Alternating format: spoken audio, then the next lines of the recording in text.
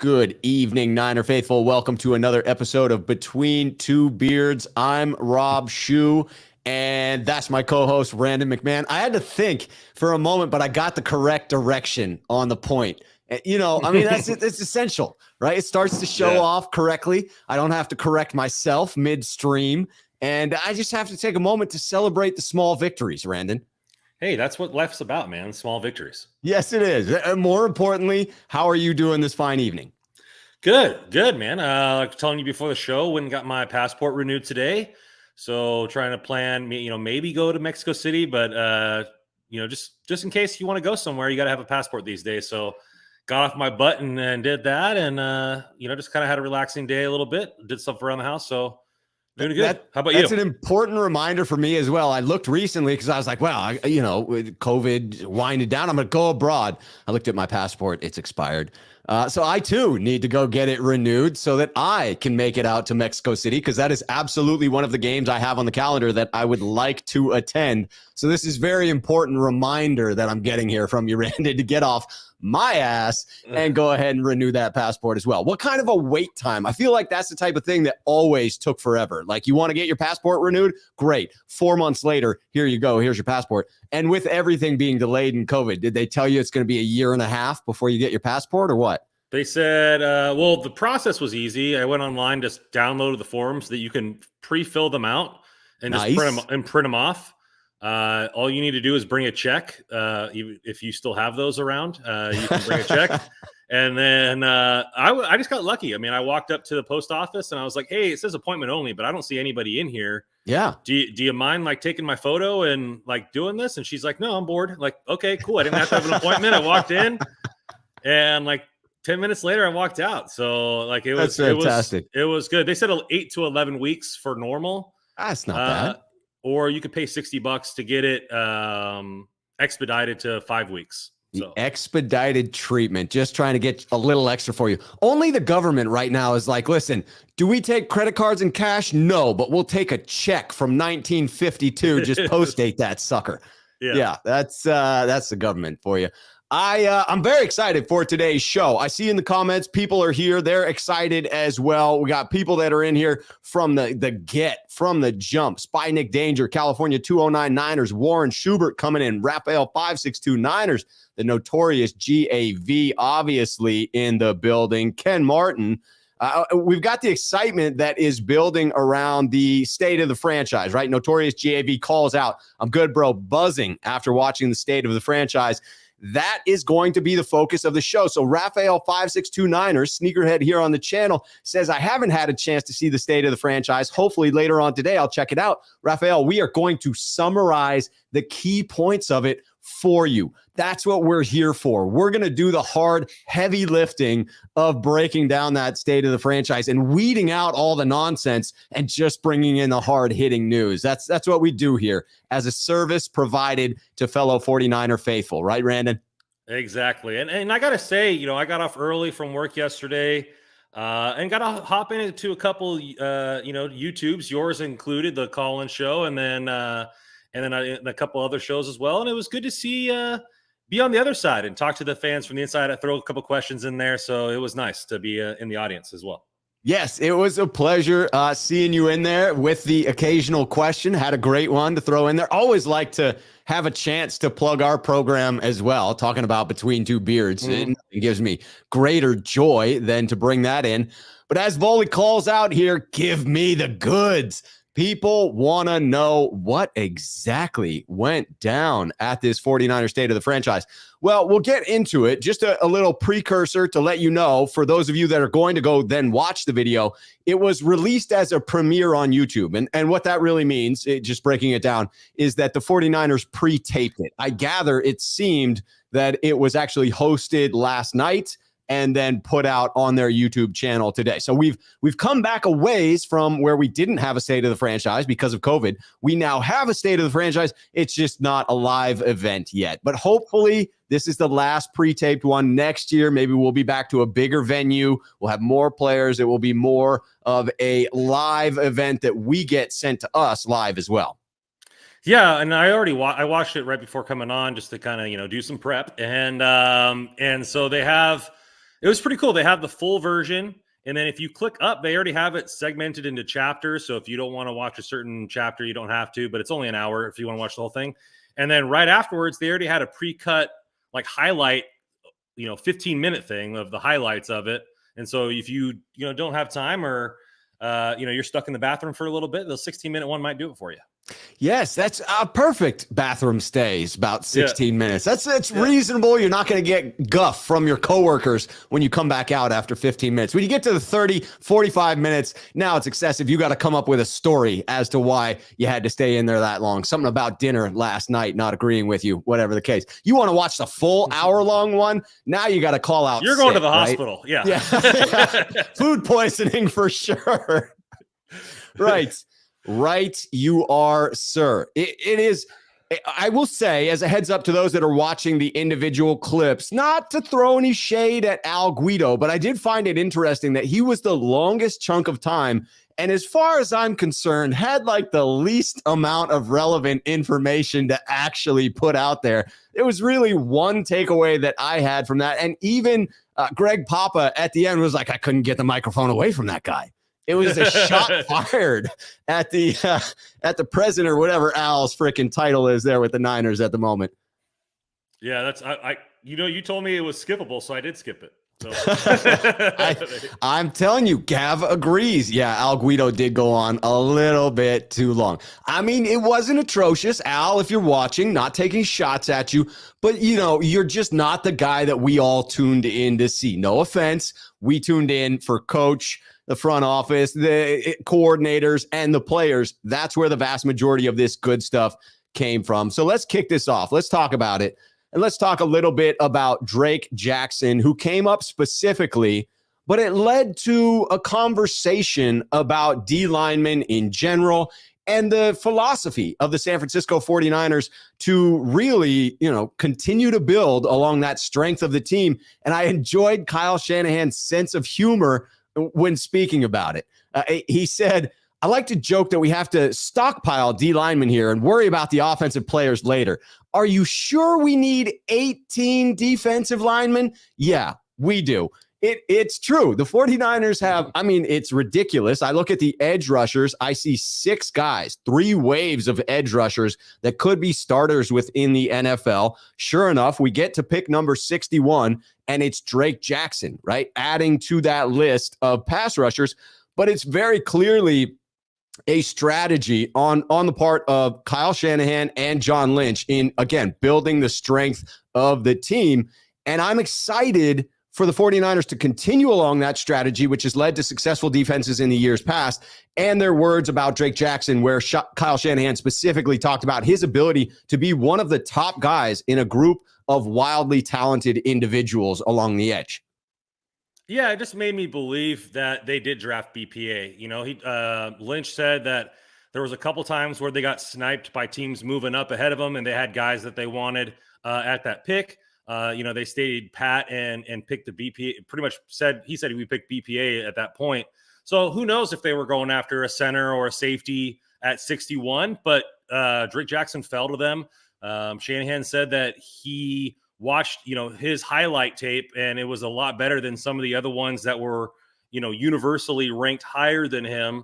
And so they felt like they got a guy that can do it right away. Now, do I believe that? I'm not too sure yet. I think he needs to get his body in the right shape. I think too much of the weight fluctuations and get him just have him spend the next 40 days with Nick Bosa. That guy's got his body in the right way. Right. And so, but yeah, that's their philosophy. They're not afraid to take BPA, and it happened to be defensive linemen. And if they have 18, so be it. But that's just going to be the fact that, going back to my question last night on the Collins show, are we able to be the number one defensive line in the NFL and set the record for sacks? The Steelers have done it for the last several seasons, and it's time for the red and gold to have their moment.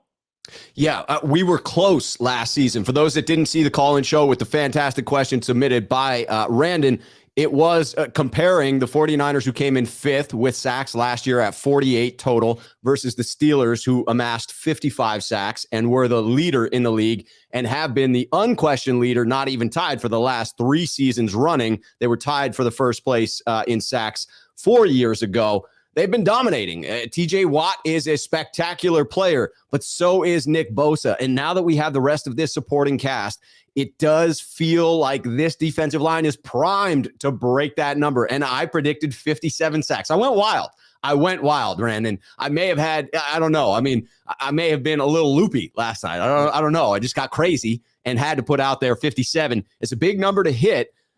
What do you think Drake Jackson needs to do? Because I would assume if the season started right now, you'd probably see Samson Ebukam or someone else lining up opposite of Nick Bosa to start the game. And maybe you would work in Drake Jackson in obvious passing downs, but sporadically and not a consistent role. What do you think we're going to need to see from him in preseason to get him that starting role, not a starting role, but that committed role, much like Aldon Smith, where he is a dedicated third down pass rush specialist that is often in on those third downs? I think you're going to need to see him develop another move. And right now he has that, around the end move, the bend, which is elite. And it's going to be able to beat a lot of tackles in this league. But yeah.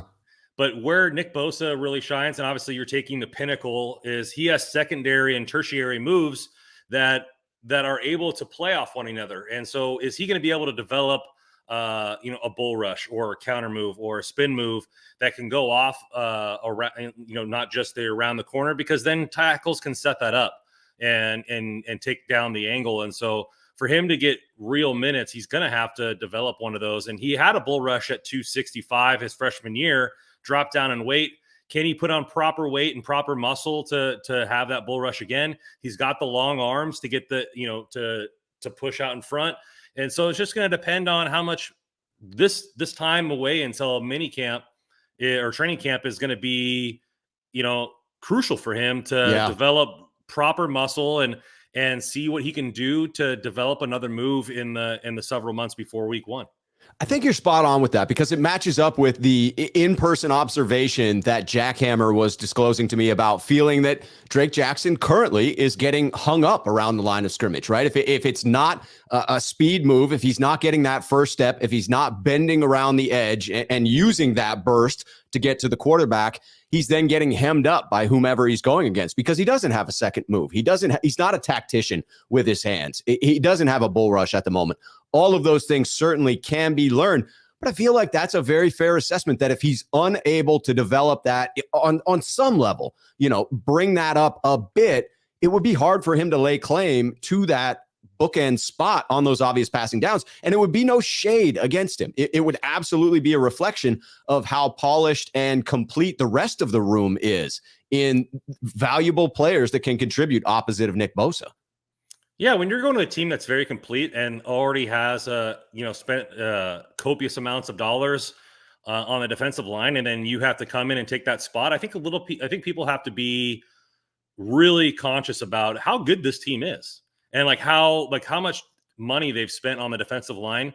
Like, he could be the fourth option if he doesn't develop other moves. And so, I saw last night in the sack thing, somebody was saying over double digits, which would be an amazing rookie season. Yes, it would. That's going to come from a lot of production, not only one, but practice and work. And is he going to be the guy that does that? I don't think the Niners take him at 61 if he doesn't have the mental makeup, but that's a lot of stuff he's going to have to do with the body, developing other moves, time he's going to have to put in. And then these other guys, Ebukam said it took him a half season to get used to playing defensive end the way that Chris Kosirk wants him to do it. And so, is Drake Jackson going to be an end of the season type player? I think so. And I think you're going to see more Menahue and Ebukam in the beginning.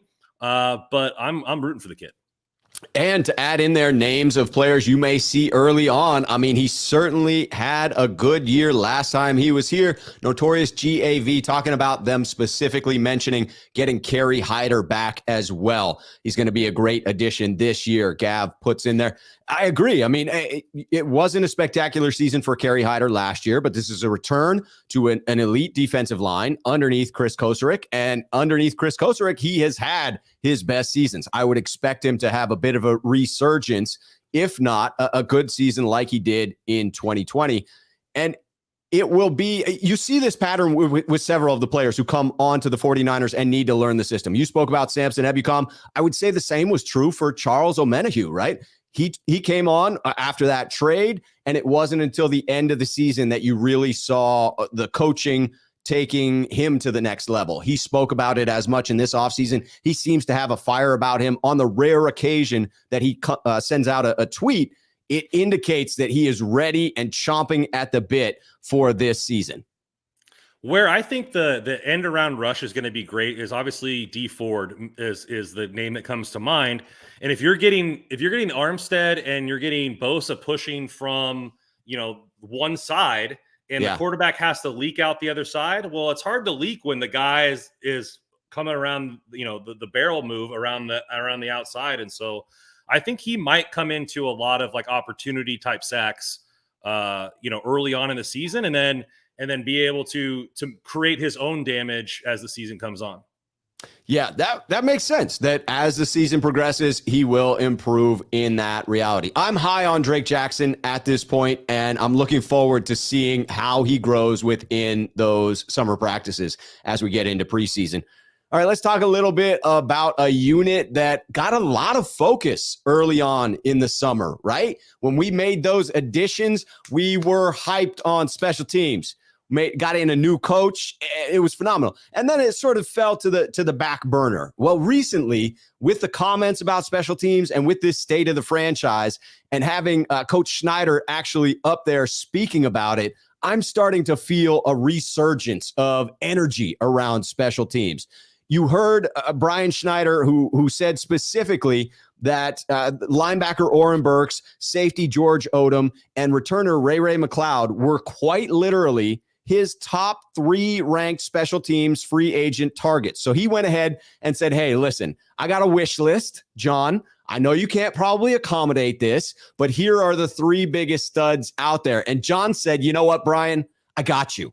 You get a player. You get a player. You get a player. Oprah Winfrey, that sumbitch, and just got those players for him. And we signed all 3. And that's pretty spectacular for Brian walking into this job. And Kyle sort of made a joke about how, like, in years past, he really hadn't done as much of a favor for special teams. And that's kind of cold because you're talking about his buddy who was special teams coordinator, and he was not looking out for his friend. But then Brian comes in, he's like, Brian, anything you want, you got. But Brian said specifically, I've never been around anything where it all works out like that. And it was absolutely 3 clutch players that not only give you an elite returner, but give you two elite style coverage unit guys, whether they be gunners or another position on the coverage unit. So it is fair to expect special teams to be considerably better than they were last year. I know that there were some brutal games where we lost because of special teams. And I think it was a little unfair to lump that all on Richard Hightower. Those units were marred by injury. Coach Shanahan indicated as much when speaking about it today.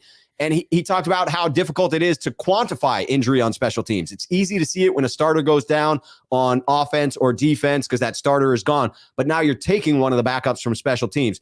This now provides dedicated special teams players that also are good enough to contribute if there are injuries at their positions on defense. That was my main takeaway, was that the fact that these players have to be able to make the roster in their own right, not just for special teams, right? You only have 3 specialists on the roster because you can't suit up. You can only suit up so many guys. Right. And so, Odom and Oren Burks, they have to be able to play their positions. And like I said, deep linebacking room, I think it's probably the deepest unit on the team as far as the linebacking core, but he's good enough to play, the fourth linebacker, and Odom is a top 4 safety. And so they feel good about having to get a little bit in there. And the process, and it was interesting, and I really like that because I'm a methodical guy. The special teams guy, Brian, gave up all his top guys, and then Kyle and D'Amico Ryans go, okay, can these guys play offense and defense as well? Or are we going to have to waste a roster spot on a guy solely for special teams? And they felt good about every single one of the players.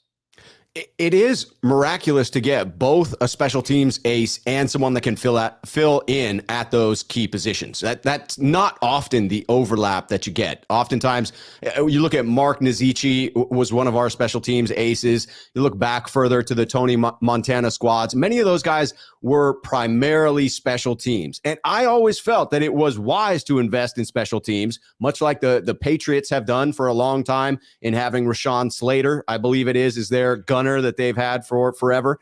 And so to me, it's definitely a matter of dedicating some resources to that third squad. But Kyle Shanahan made the point, and you alluded to it, that you can't dress all 53 men on game days. If you could, that would be a considerably different situation. You could dedicate some special teams guys because you would have more available bodies. But you need cross training. You need guys to be able to step in on defense or offense with potential injuries because you can't dress all of the players.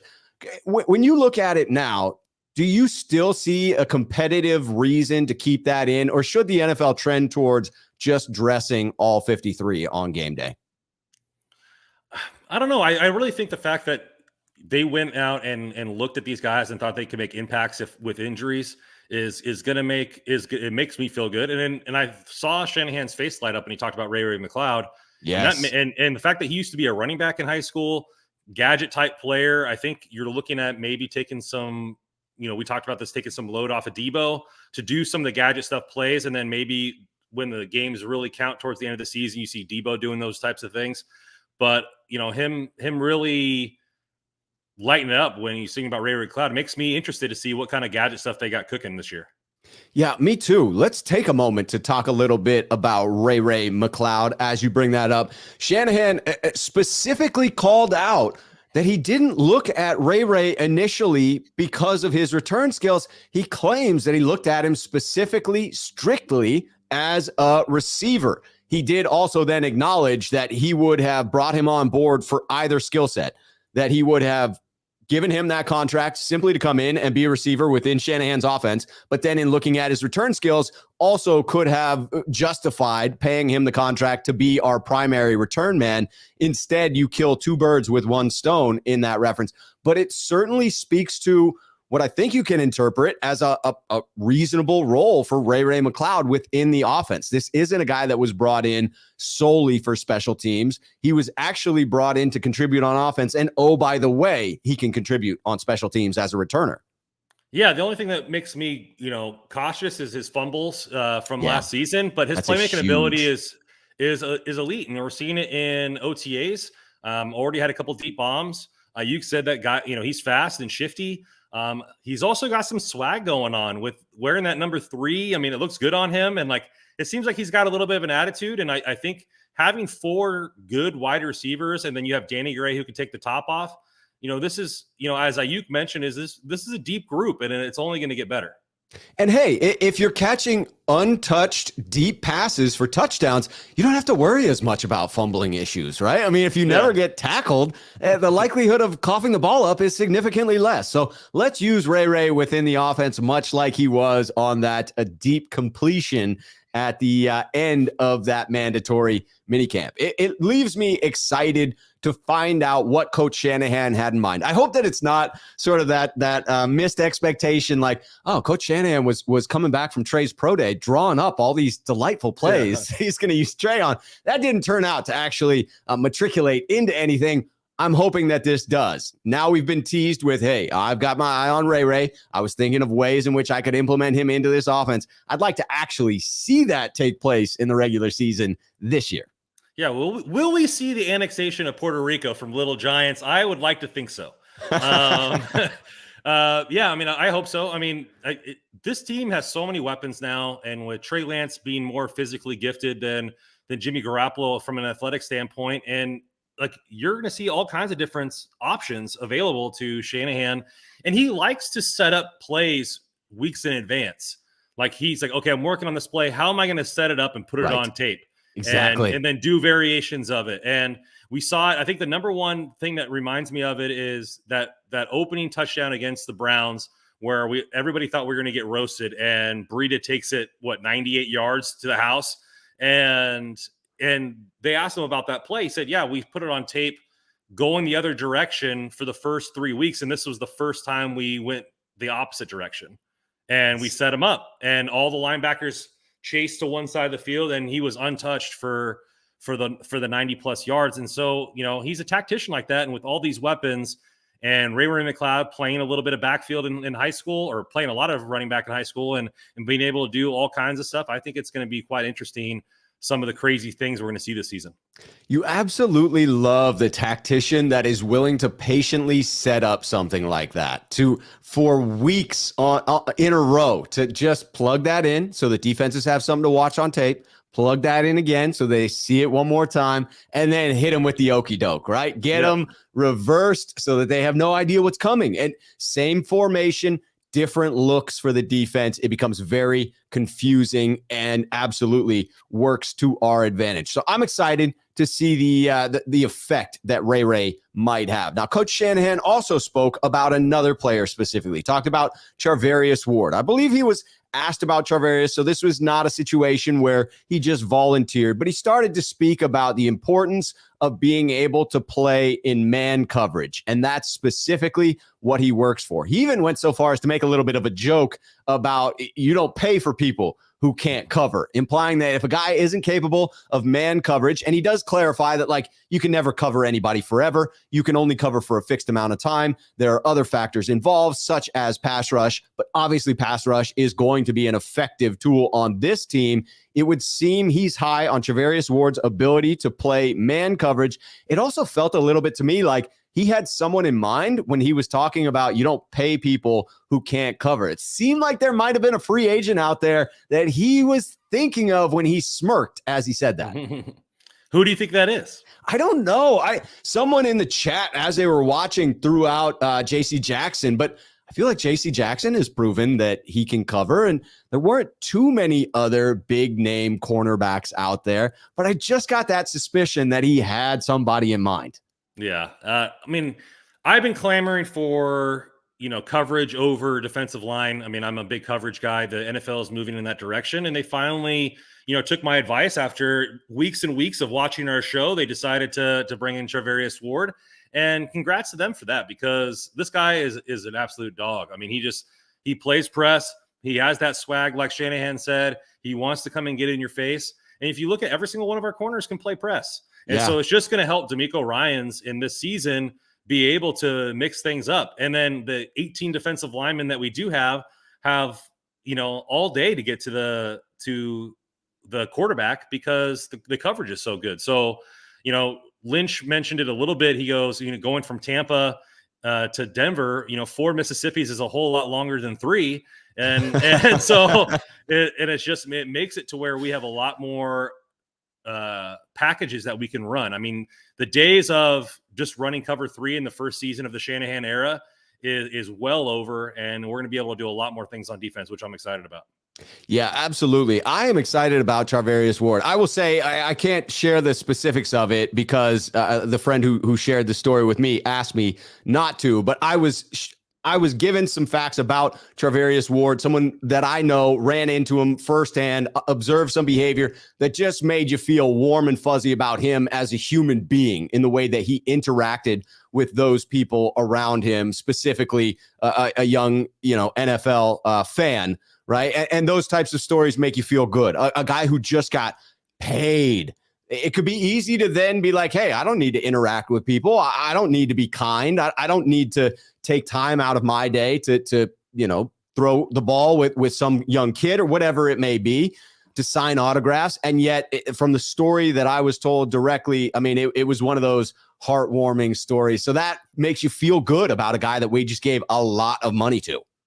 It does. And like you looked at the draft, when Malik Willis, that video came out of him giving stuff to that homeless guy on the street. Yes. It really brings your stock up. And, there's tons of different instances where, you have what the rumor was that the difference between Alex Smith and Aaron Rodgers in the draft was Alex Smith pulling a chair out for his mom and treating his mom with respect. Wow. So there's different stuff like that. And I obviously cover hockey, and they just got done with the combine. And, you get asked all kinds of questions about what you bring to the table, you being a man and all this kind of stuff like that. And so the off the field stuff is just as good as him being a lockdown corner as well in the eyes of the 49ers. And they seem like they've gotten a lot of high character locker room guys as well. No doubt. I want to bring in this super chat because I saw Eric in the chat of the state of the franchise, and I think this is badass. Eric Meiser was at the event.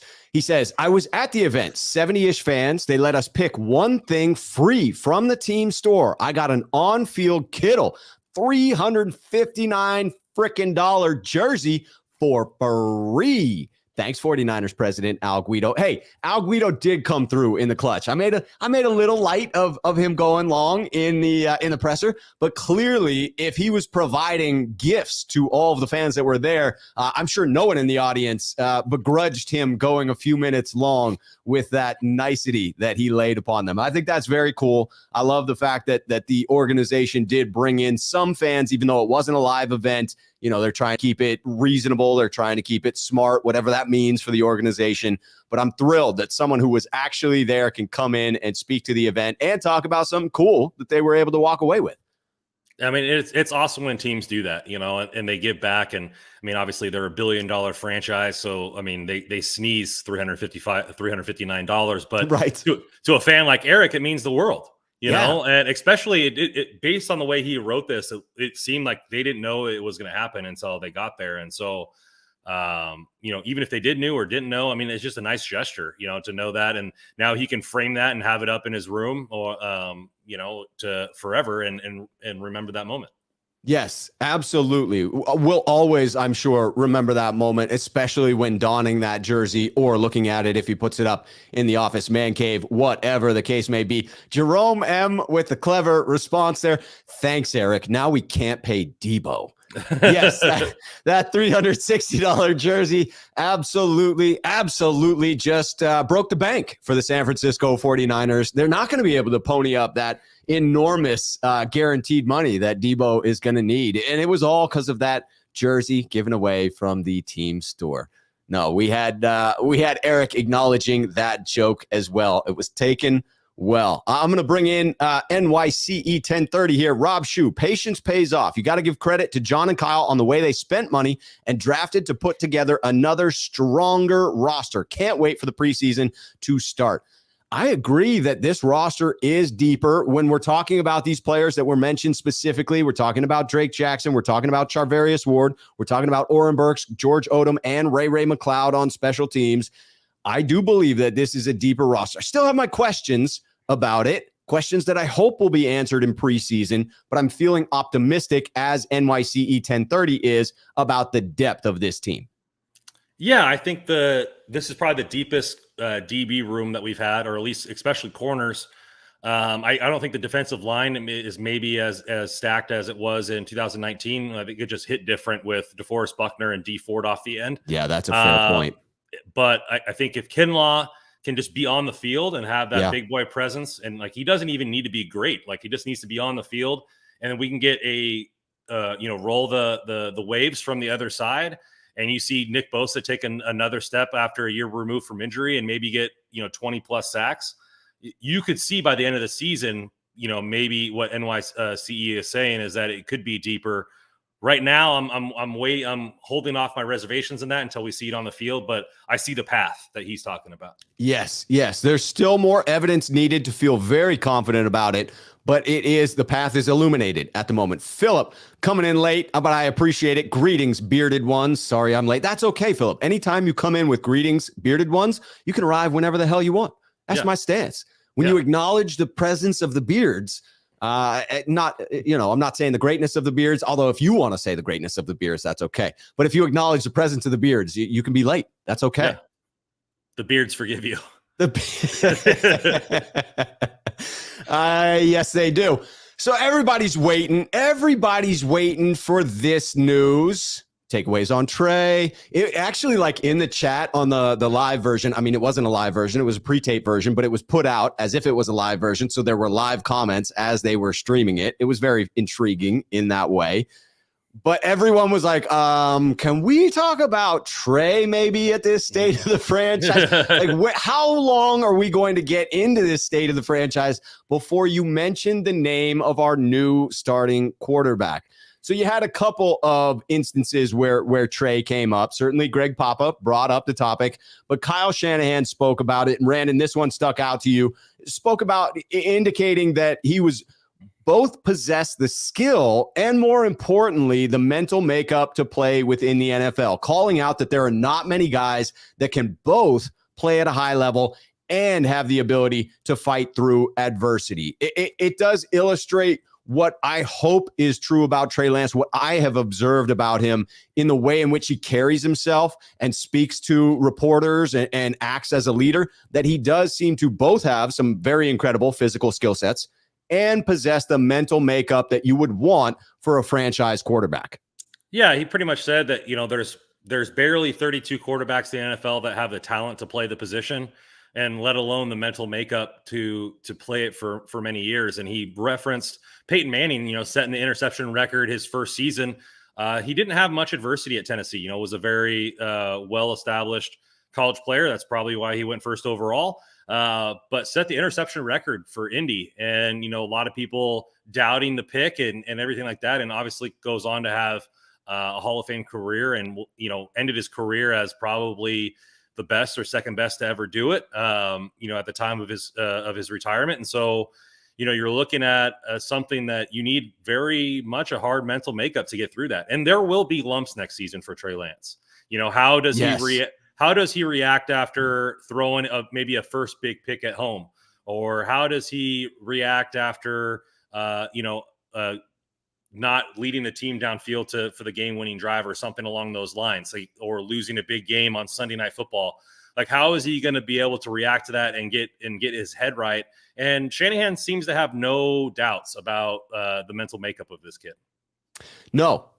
Those that interact with him on a regular basis seem to have the most glowing reviews. It's oftentimes those that don't seem very well associated with the organization that come out with these seemingly unfounded reports about struggling Trey Lance not being who the 49ers believed he was, not wowing anyone on the coaching staff. None of these seem to come from credible sources who spend a significant amount of time around the young man. Now, you could argue that everyone who spends a great deal of time around him is also quite biased as to Trey Lance's penchant for success, but they're the people who would know best who's going to wow on the national stage. And I think it's Trey Lance. I think Trey Lance is going to perform in a way that sets the record straight once and for all this season as to his level of skill and his mental makeup. I did enjoy Brandon Ayuk, who, granted, Brandon, it was an interesting choice to have both Brandon and Juwan Jennings on because they are men of few words, right? Yeah. They're not very verbose individuals. Now, what they say has weight. I'm not in any way tearing them down for that. They just both do seem to be a bit more maybe introverted, less comfortable in those types of situations, and tended to answer things briefly. But Brandon Ayuk on Trey Lance, it was brief, but it was great, saying we have a special quarterback. No more needed after that, right? He is special. He's going to prove as much this season. Yeah, I mean, both Jennings and Ayuk came away with that during the workouts, and I think a lot of people have talked about his mental makeup, and I think Shanahan saying that Greasy is the guy and that they wanted to get to come in and teach Trey to go through the ups and downs. And I like Randall Riley's comment there. How does Trey react when he goes 10-0 and motivate the team to go 11-0? I think that he's going to handle the lows well, and I think he's going to handle the highs well. I think he's going to still be hungry when he finds success to reach a new pinnacle, and it's not going to stop for him. I think he kind of has that mental makeup there as well. And it's really exciting for me to think about it, because you look at the graphic, I think it was from PFF, like which second year quarterback is going to have the biggest leap. And you look at all their teams and everything like that. And like Trey Lance is still, even with sitting the first year, has the best roster to make the most significant leap this season. I really don't believe in the Bears because they got worse. You don't take away Allen Robinson and get better as a football team. They didn't do anything to help Fields.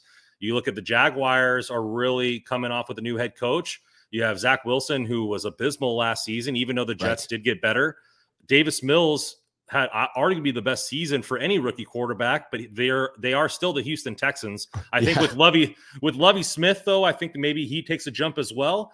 And Mac Jones, I think, just not already hit his ceiling, but it had the biggest jump. So I really think Trey Lance is set up for success when you look at it from a team standpoint and his mental makeup. It makes me excited. I agree. I think you're really onto something with that. I just want to take a moment to bring this in, just because I love when people are big human beings, right? Where they come in and to me, when you can admit you're wrong about something or apologize for something, it just speaks to your character. And I just want to bring in JT Didon coming in. Rob Schuh, want to send apologies again, Rob. You know what I'm speaking on, sending positive vibes your way. JT Didon, I just really want to say I appreciate that. Just wanted to take a moment to bring it on. Absolutely no hard feelings. We had a little bit of a conversation, which is what JT Didon is referring to, and it was completely squashed. And I just want to say thank you for coming on to say that again. I just think it speaks to you being a big human being in doing so, and I like to think that I would do the same. And as I said, zero hard feelings. I thought that we had a great conversation as we did offline.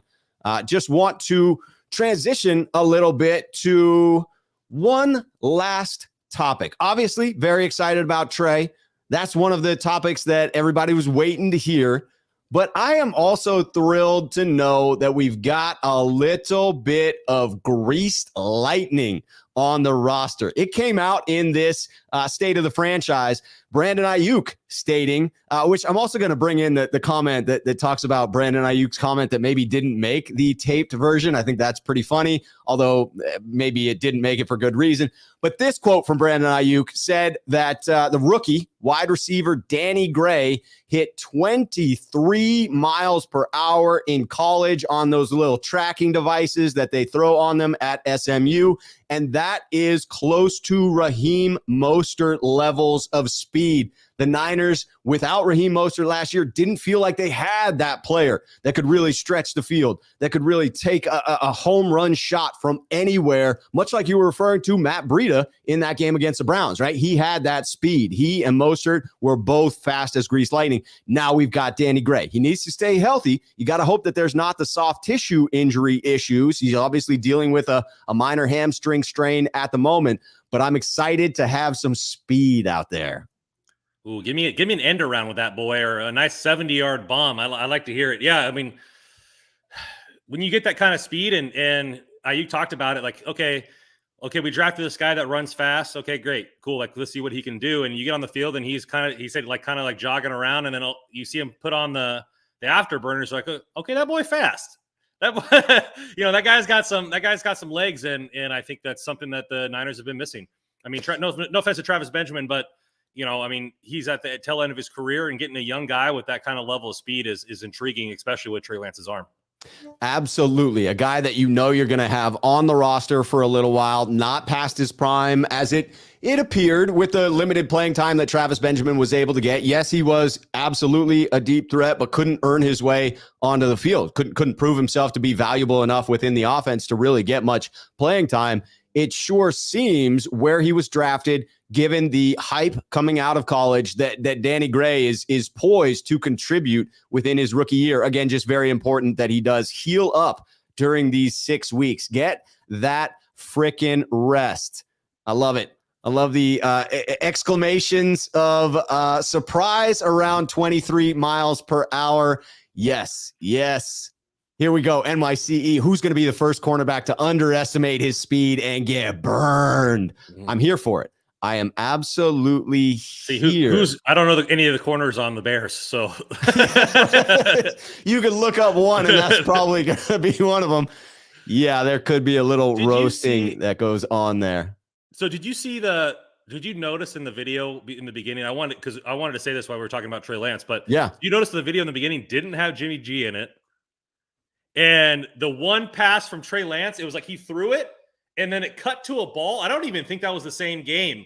And like it just because they didn't have a lot of like highlight tape from Trey Lance playing, but there was no Jimmy G in it. And it's like Trey's like deep bomb, but there was a lot of sacks from Bosa. There was a lot of hard hits, and there was a lot of Deebo Samuel in that video. I thought it just cracked me up. Playing up some other aspects. They just can't seem to commit. Come on, Niners. Just commit to the young gentleman. Put his face all over everything like you did with Jimmy Garoppolo after you signed him to the huge contract. It is that time. Maybe they're still hedging their bets because they're like, well, we got to fool some teams into thinking that we might keep Jimmy Garoppolo. No one's buying that anymore. Just let him go. I ain't buying what you're selling. Yes. I'm not buying it. I am not buying it. Paulie Walnuts coming in with the question that's relevant. Rob, any news today about throwback uniforms for this season? No, I will say that was the one area I was disappointed by this state of the franchise is I feel like it's often some type of reveal at the state of the franchise, you know, the throwbacks or some variation. And there was no reveal. There was no surprise. Like it was just it was good information. I'm thrilled to have it, but I wanted a little something extra and I didn't get it. Yeah, I mean, I didn't watch it. I know they do it every year to get more money, you know, the 75th patch and different retro jerseys and all that kind of stuff like that. But fans eat it up, man. They want all the gear they can get. And I remember the last live one, they had the players come out on the stage with the jerseys on. So, in the all whites, right? That was crisp. So like you thought maybe that they would bring it out and do that, but you know, Ayuk and Jennings were just in polos. So. Yeah, no Jerry Rice, no throwbacks, right? I mean, that one they had Joe Staley, they had Richard Sherman, they had Jerry Rice, like they were looking fly in the all whites. That was hype. It got me going. This time around, no, just a little more subdued. Just a little more subdued. I'm not complaining, but I'm kind of complaining a little bit. Just a little feedback.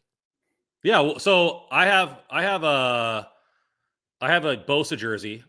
And so that's my only one that I wear because my other jersey that I had before that was obsolete very quickly. Bad choice getting the Marquise Goodwin jersey after half season. Yeah, but I could see why you would early on in his tenure with the Niners.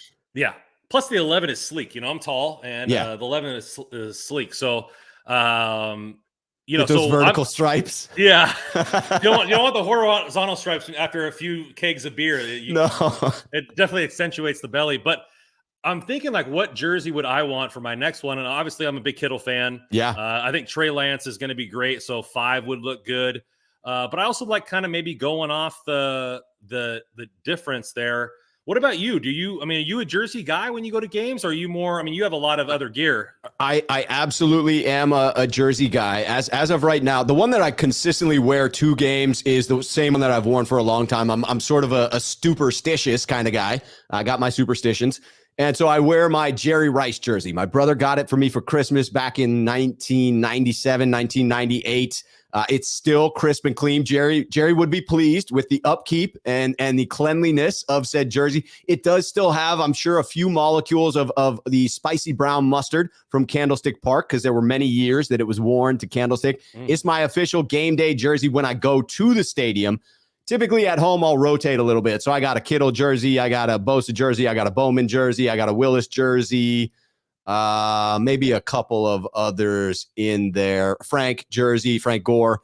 So who would be your next one out of this roster? You know, it's tough for me. I really do struggle with who the next one might be. I do like the idea of something, one of the numbers that are like getting thrown around. I mean, to get like a Jimmy Ward #1 jersey, if we could just extend Jimmy Ward as the most tenured 49er at this point, I would feel good about getting a Jimmy Ward jersey. But the idea that the Niners can't commit to him, and it seems like, you know, if he doesn't play lights out, this could be his last year in San Francisco. Maybe even if he does play lights out, because then he prices him out of San Francisco's price range. I would love to get a Jimmy Ward jersey. I think that, you know, Trey Lance, that's got an appeal to it. The number 5 is pretty clean, but I do like to be a little different, right? It feels like that's going to be the most popular jersey out there. That and Debo have to be the best-selling jerseys. Trent Williams could be real cool, getting an offensive lineman jersey. I always wanted a Staley jersey and just never did. I feel like I'd have to gain 50 pounds of fat, which is possible. You could work at that. It's achievable. I don't know if the girl would like that, but I think 71, you got to be a husky kind of guy. But I mean, 6'5", I guess I could sport the 71 and get the silverback gorilla on the back. Yes. And Stud, to your question, I can, in fact, wear that Jerry Rice jersey. And it looks like Terradome is saying he also has a Jerry Rice jersey and then comes in to say he only wears Hall of Fame players. Lott, Rice, Young, Montana. Man, I mean, I can't fault that. It's past players. It's proven greats. It's Niner legends. It does just remind me the fortune that I had to be at Ronnie Lott and Joe Montana's Hall of Fame induction ceremonies there in Canton, Ohio. Unfortunately, the biggest memory I have from that trip was a wicked hangover drinking gin and tonics with Harris Barton, who drank my 21-year-old ass under the table. I felt like I was tasting carpet for the entire next day. It was horrific. I was never able to drink gin again in my life. It took you to school, Rook. Took you to school. Yes, he did. Yes, he did. Lesson number 1, do not try to keep up with an NFL X offensive lineman when it comes to drinking games. Bad idea. Exactly. Real bad idea. All right, let's close this thing out. There was one takeaway. 187. Jesus. I'm telling you.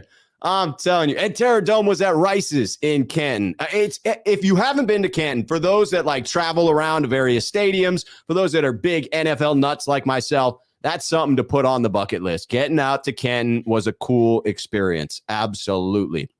Strider 3006. Rob, I got a black Kittle jersey for Christmas last year. Next, I want a Bosa 97 red throwback. The red throwbacks are so sick. That is, I don't know what player I would get, but the red throwbacks is where it's at for me. If I'm getting a jersey, it's going to be a red throwback jersey. That comment sounds like a lot of the car talk that you've been having. Yeah, I got a 97 red throwback Bosa. Yeah, exactly. How about what a great year 97 that was. Throwback Bosas? A lot of horsepower, a lot of foot-pounds of torque up in that Bosa. Yeah. All right.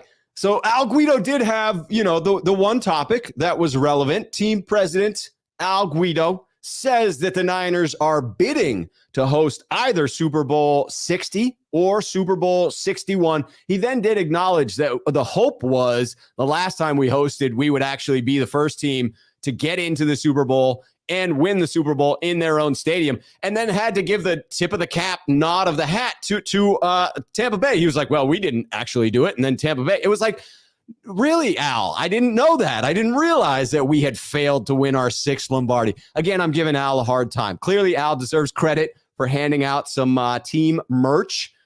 Kudos to Al. And I hope that we're successful in bringing in the Super Bowl. They're also trying to bring in the World Cup for 2026 at Levi's Stadium.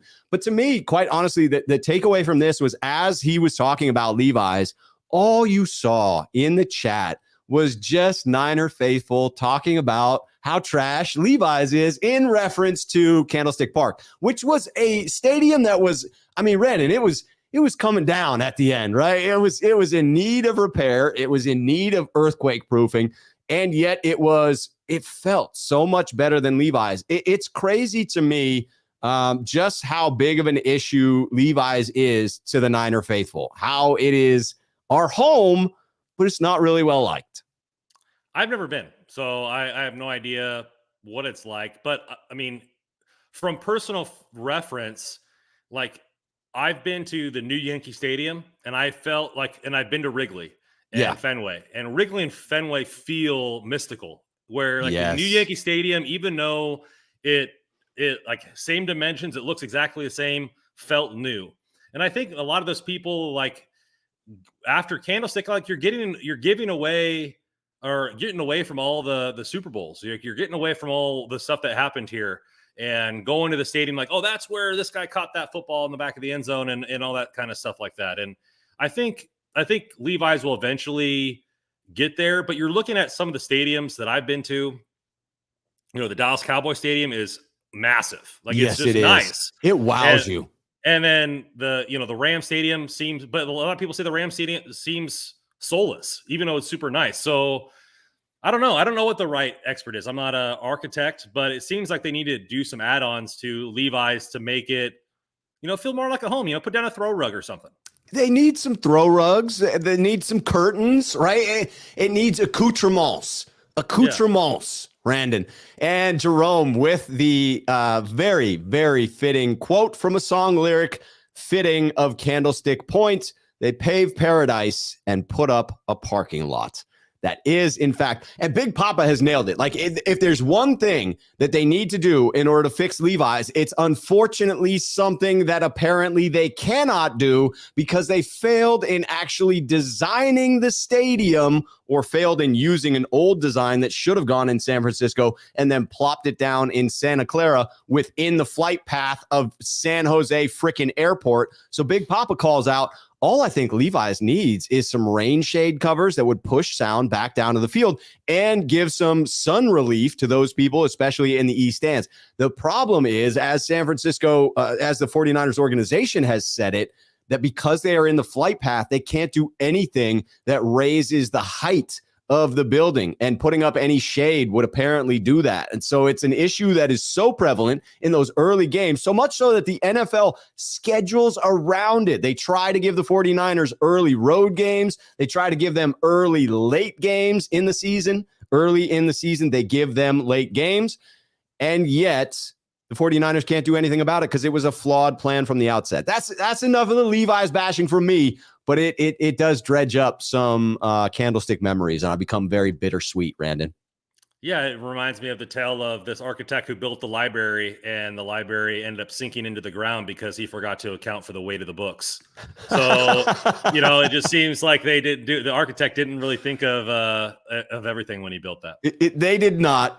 Jan also pointing out they should have also built the stadium in a way to maximize crowd noise, as they did up there in Seattle. Although I will say, that would dissuade me from going to a hell of a lot of games there because it's actually uncomfortable in Seattle with how loud it gets. It reverberates in your chest. I've worn earplugs when I was at the NFC Championship game. I very much wore some earplugs to try and save what's left of my hearing. But yeah, from a competitive advantage standpoint, it feels like we could have brought it in. Joey Nichols calling out those criticisms are totally legit.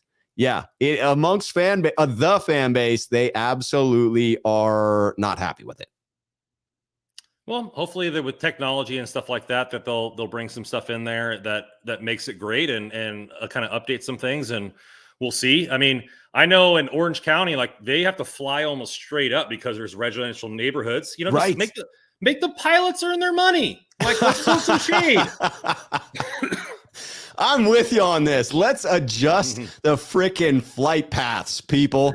Let's do it. I think both Big Papa and Gold Blooded may be from like the Sacramento area, or where it gets hotter in the Central Valley. Big Papa saying, I've sat in the sun and it's still a great place to watch a game. It really is. It's a great angle view of the field. I have roasted in those seats, but I am from Portland, much like Gold Blooded talking about those folks in the Bay Area.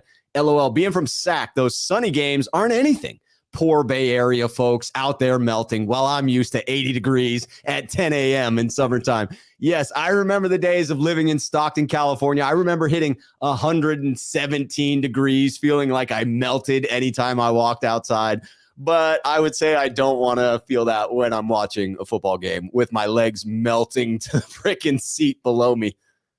I just don't understand. I live in Dallas. Or Dallas, Texas area, and the new Ranger Stadium has a roof on it. It's 72 degrees in the summertime. And watching a nice game, like, the technology's there, man. Just build a stadium with a roof.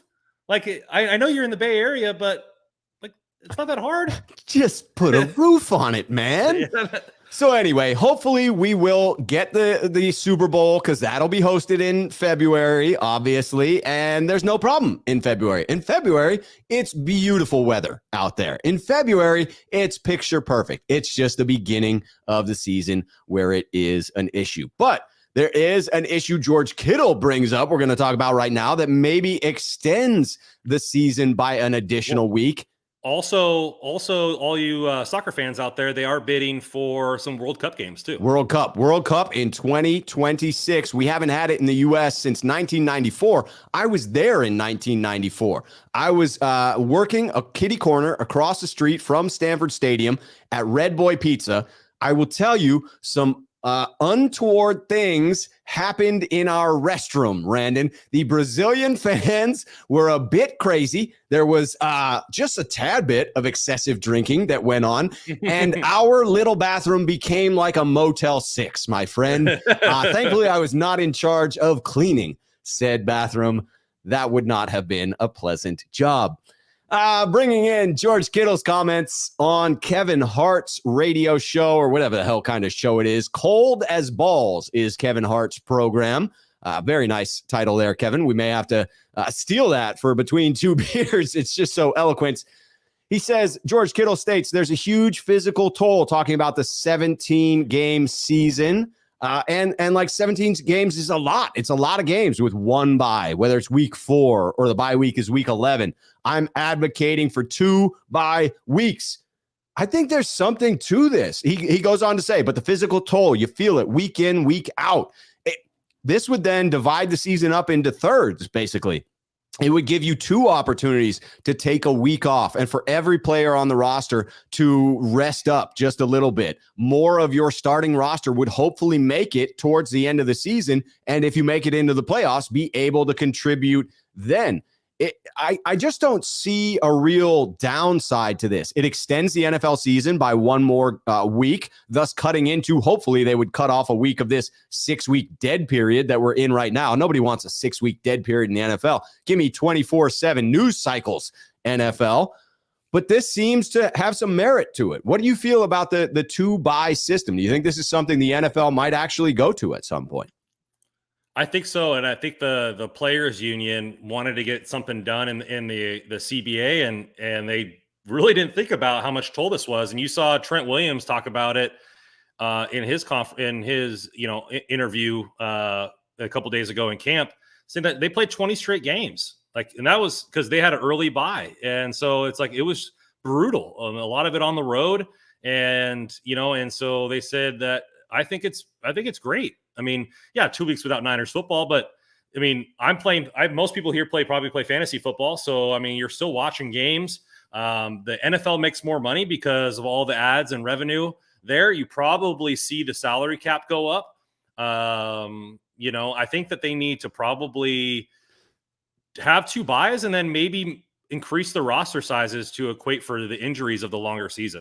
Yeah, and make permanent these flex positions, right? Of flexing guys off of injured lists, of flexing guys off of the practice squad. Like some of the things that came about because of COVID turned out to be really great additions to the game simply because of injuries, even if you take COVID and positive testing out of it. When I went through the pros and cons of the additional week and I look for disadvantages, really, the only ones that I could come up with is that the season would be 1 week longer, but that's actually a pro as well because it allows the NFL to spread out what is a very short season, just a little bit more.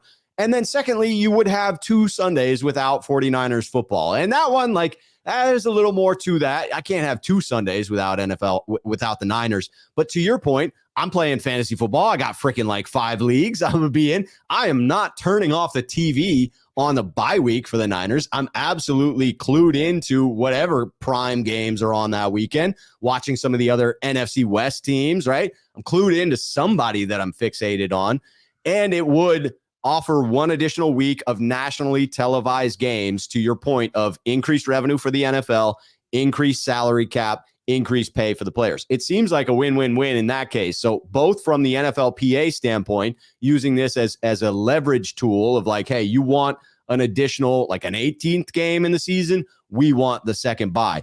I would think they would want it. But conversely, other than pretending they don't want it to happen from an NFL owner standpoint so that they can use it as leverage to concede to that point and say, okay, fine, we'll give you your second bye week, but we want an 18th game in the regular season, and we'll cut off another one of those preseason games.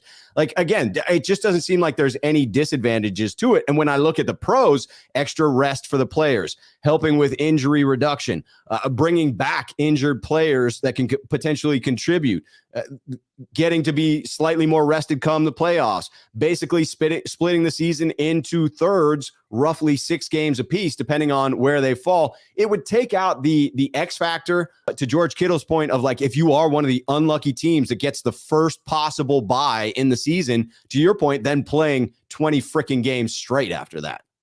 Yeah, I think it's going to benefit everybody. And then also for people who, you know, you can earn some brownie points. Like, you know, if you say your significant other isn't really into sports and they're watching all the games with you, you have 2 separate weeks to earn some brownie points for the rest of the season, you know. It's fascinating. Jerome bringing in Albert Breer said that it was the networks that nixed an extra bye week. I wonder why. I mean, you would think they get an additional nationally televised game. That seems like it would be something they're after. Maybe they know the NFL would tax them for having an extra week of games and ratchet up the amount that they have to pay for the privilege of broadcasting NFL games. I wonder if it has to do with, you know, other sports too. You know, like, could be. Yeah, bleeding into others, that's for sure. And what else did you think? So the other comment that came up from George Kittle in being on that show, which, as was pointed out earlier, the title Cold as Balls does come from the fact that they are sitting in ice baths, right? They're sitting in cold tubs as they're doing this program, which adds certainly a level of interest.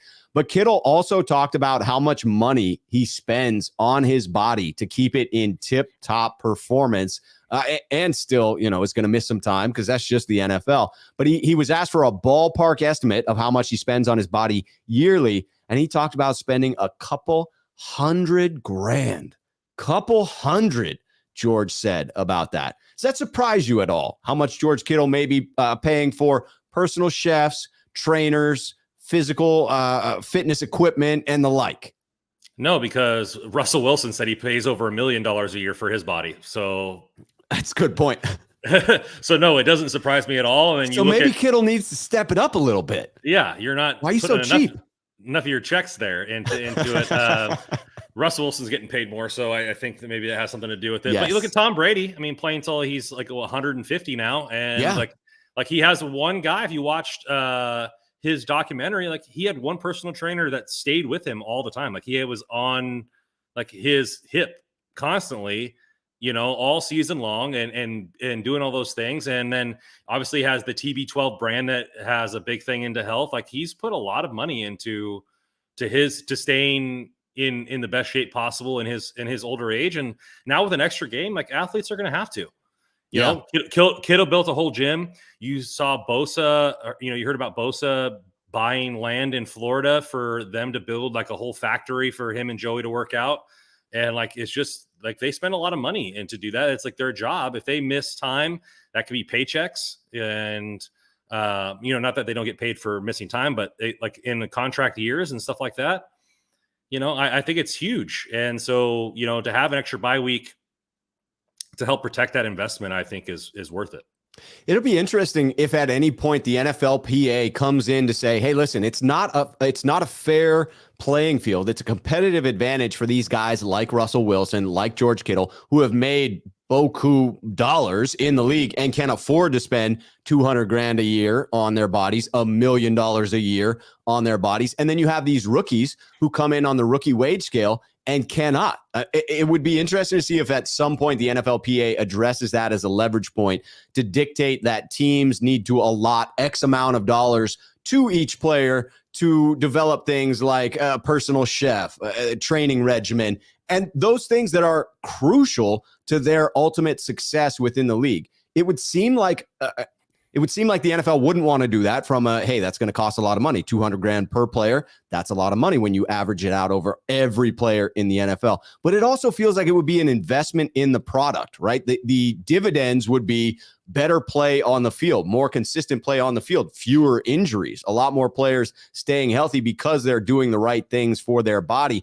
it feels as if the NFLPA representing all the players and those that are underrepresented in this one category, those that can't afford these services, maybe at some point that will become a negotiation tactic. Possibly, but I mean, every team has a personal training staff. Like you saw Aaron Banks, you saw Aaron Banks say that he spent most of his offseason at the facility for the Niners. Like, so athletes are allowed to spend their time at the facility. That's a very fair point. And utilize all the equipment and the staff that the Niners already pay. And, you know, I'm sure that even rookies paying, you know, if you pay a chef, a personal chef, maybe not a good one is 40, 50 grand a year. Like, I mean, they can afford that kind of money if they're really into it, you know? I mean, so I don't know. I mean, it's something to think about as far as, you know, the allotment of money goes from the NFL standpoint and the new CBA. But I think the concentration on health is huge now, and especially with the rigors of the game. It is. And you bring up a great point about team facilities really having a vast majority of those things in-house and the players being welcome to stay at those facilities for as much time as they want. Perhaps what we'll see is a standardization of those team facilities, because you hear stories about the Niners are fantastic in that regard. The Cowboys are fantastic in that regard. But there are some organizations that have a little bit lackluster facilities when it comes to it because the owners just haven't ponied up as much money as Jed York or the man out there in Dallas, Jerry Jones. All right, let's close out on this next topic. We got to talk about quarterbacks because it's in the news. It is in the news. It is not us dragging it out there. This is literally out there right now.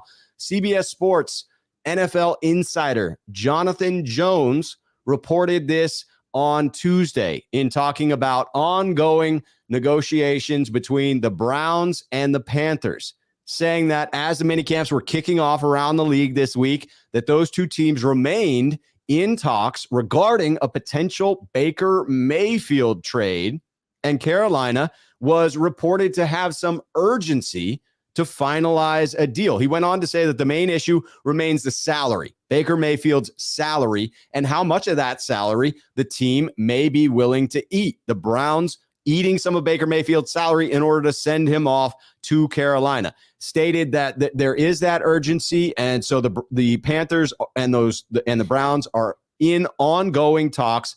Went on to say that he doesn't think, he's confident David Tepper will not pay all of Mayfield's $18.85 million salary, but he went on to speculate he doesn't believe he'd even be willing to pay half of that.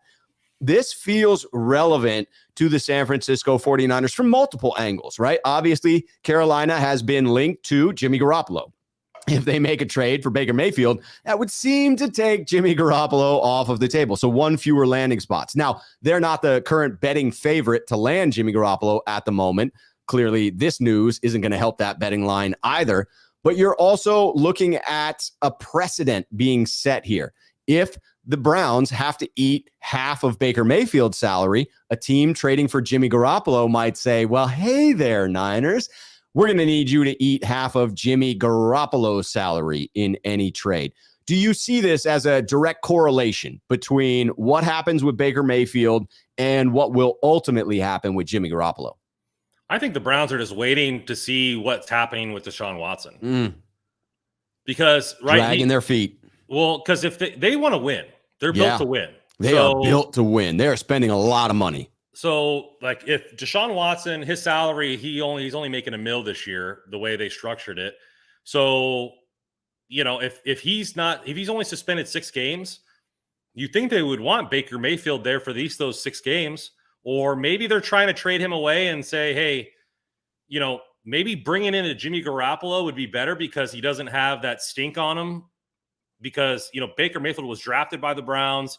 That would be kind of awkward to say, hey, Baker, I know we brought in your replacement, but can you play 6 games until this guy can come back from suspension? So, you know, maybe the Browns are saying, okay, well, yeah, we'll trade this guy away, but now we also have to potentially leave room for Jimmy Garoppolo to come in case Deshaun Watson gets suspended. And so for how long that is, you know, and then what if he's suspended, you know, half the season? Well, then the Browns could say, okay, Jimmy Garoppolo come in, play. The Niners can eat some of the salary. If he does well, we could trade him at the deadline to a team that needs a quarterback and roll with Deshaun Watson. And so I think there's a lot of marbles that are waiting, or cards that are waiting to fall. And the first one is the suspension. And I think that maybe unluckily for the Browns, the suspension is going to come a little closer to week 1 than they would like. Right. And not give them much time to prepare. I wonder what it's going to happen here if he gets suspended the whole year. Do they keep Baker? Right. Because it's messy. Like, it's not as if Baker has just been quietly sitting on his hands and just okay with how this plays out. He's been vocal about not being happy with the way this plays out. And so now you've got a malcontent at quarterback who's not shy, right? I mean, Baker Mayfield is known for speaking his mind, and now you're going to count on him to contribute for a team that he doesn't feel invested in, that he probably feels a little bit of spite towards. Now, he's got to play well in order to earn himself that next deal, in order to earn that next team that's interested in him. But it does feel like a sloppy dynamic. And you're right that the NFL is under no pressure to hand out this suspension. It almost feels like they're better off waiting to have more and more details come out. Because honestly, I mean, this picture has not gotten any prettier since the details began to be leaked, right? It just has seemingly gotten worse and worse for Deshaun Watson, and rightfully so. And in the middle of that, Cleveland decided to stick in $250 million of guaranteed money. They were like, no, we're planting our flag right here. So they don't get much sympathy from most people if this thing blows up in their face, because they chose to bring in that individual. But it feels like it would only get messier if they have a year-long suspension or a 9-game suspension and try to turn to Baker Mayfield. It would be clumsy, but to trade away Baker and bring in Jimmy somehow feels a little bit cleaner for the season itself. Yeah, I don't know where Carolina is planning to go with this, because you have 2 guys on their 5th-year option. Or is Darnold, did he get a contract, or is this his 5th-year option season? For Sam Darnold, I think it is his 5th-year option. Yeah, I think they're both fully guaranteed contracts right now. They are guaranteed. Yeah, so then you're looking at cutting your head or cutting your nose to spite your face, or whatever that saying is. And I know Darnold isn't the greatest quarterback, but I mean, Baker obviously is better. But then what are you going to do with Darnold? Like, then you're going to have 30-something million at quarterback, and you can't win that way. And so, unless it's an elite guy, it just seems like a weird thing. Does Seattle really want Darnold? No, because they got a Darnold of their own already there, and they already paid their backup in Geno Smith. Yeah. So, like, where is this really going? I think it's going to be pretty crazy. I ultimately think Jimmy will just get cut, and then somebody will pick him up for relatively cheap. But once he passes a physical, we don't have to pay that extra injury $7 million. Nope, so the $7.5 million is only if he can't pass that physical. So I think it's going to be weird here coming up and how this works. And I think both the Browns and the Niners are hoping for injury, which you never really want to do for a person's career, but that would definitely benefit the QB market if that was available. Yeah, for me, it's just I don't want to curse too much, but it's a show to behold throughout the entire summer. Will the trade happen? Will the 49ers, as they have indicated, if he's healthy during preseason, bring him in and actually allow him to practice, actually allow him to play in preseason games? That seems like a huge risk to me, but I am fascinated by how the 49ers handle this. It does seem as if both Cleveland and the 49ers are holding on to those respective pieces of those assets in Jimmy Garoppolo and Baker Mayfield in the hope that someone comes knocking. And it would appear that Carolina is knocking on the Browns' doors, trying to get Baker Mayfield in there. I really, to this point, did think that Carolina was the most likely spot for Jimmy. So again, something to keep an eye on. I am beginning to come around to the reality. I know that the Niners would rather cut Jimmy than pay him on week 1, but I'm beginning to come around to the reality that seems more and more likely. I know that you've been at that reality for a longer time. Yeah, it'd be interesting because under the new CBA, I don't think that they can excuse players from training camp. Remember like with the Zeke holdout and the Melvin Gordon holdout, like those teams forgave the fines for missing. Right. They're not allowed to do that anymore. And so you think Jimmy Garoppolo is going to just pay $40,000 a day to to make it not awkward on Trey Lance? No way. No way. So like if they don't cut him, he's gonna be there. Yeah. Like and same thing with Baker Mayfield. Like he'll be there and he's gonna be like, probably poking fun at Watson for everything that he's got going on. What does he got to lose? You're right. Like, feels great, baby. Yeah. So here I am. Speaking of which, dude, did you see? Are you following the Rita Oak, the artist who's been drawing Jimmy Garoppolo for 133 days now? Yeah, it's great. That was spectacular today. For anyone who's watching that doesn't follow Rita Oak on Twitter or on Instagram, go find today's drawing where it is the meme of Wolverine looking at the picture, but instead it's Jimmy Garoppolo. No, it's Aaron Andrews looking at a picture of Jimmy Garoppolo. It is spectacular. Feels great, baby. Well, this show feels great. This was absolutely a good one, Randon. I love the state of the franchise. Gave us some energy for the program. As always, thank you so much for being on. Randon's content and his links are down below in the description of the video. Twitter, YouTube, go follow and subscribe to Cerberus Sports. And like this video, subscribe to this channel on your way out as well. Thank you, as always, for being such a gracious co-host, Randon. No, it's my favorite day of the week, man. Yes, and many of those in the chat love it as well. Raphael 5629ers, Philip coming in, both with the compliments, and we're here for it. We will always begrudgingly accept your compliments. Yeah, we love it. Thank you, everyone, for being here. Thank you to everyone in the chat for contributing to the dialogue. I love bouncing back and forth. I love the fact that you guys contribute to this show and what we talk about. I will be back on tomorrow at 5 p.m. doing the Sneakerhead call-in program for members of the channel. You can join up and become a member if you like to, and then it is a video call-in show where we talk about what you want to talk about. Randon, what kind of upcoming hockey royalty stuff might you have on the docket, good sir? Yeah, eventually I'll get Cerberus back going up. Just been so busy with the hockey stuff, but we got a live show tomorrow night talking about some of the possible trades.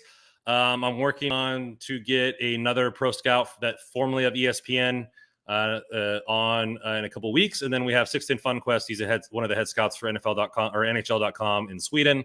So got plenty of draft content coming up for all the hockey fans. My man killing it on the hockey front. I appreciate it. G-Bone Patron with the nice mug Rob comment. You know it's coming up because it is about that time. Thank you all for being here. Thank you to Randon. Talking about this. The mug. It is pretty. It is so pretty. But until next time, you all know the drill. Cheers, Niner faithful.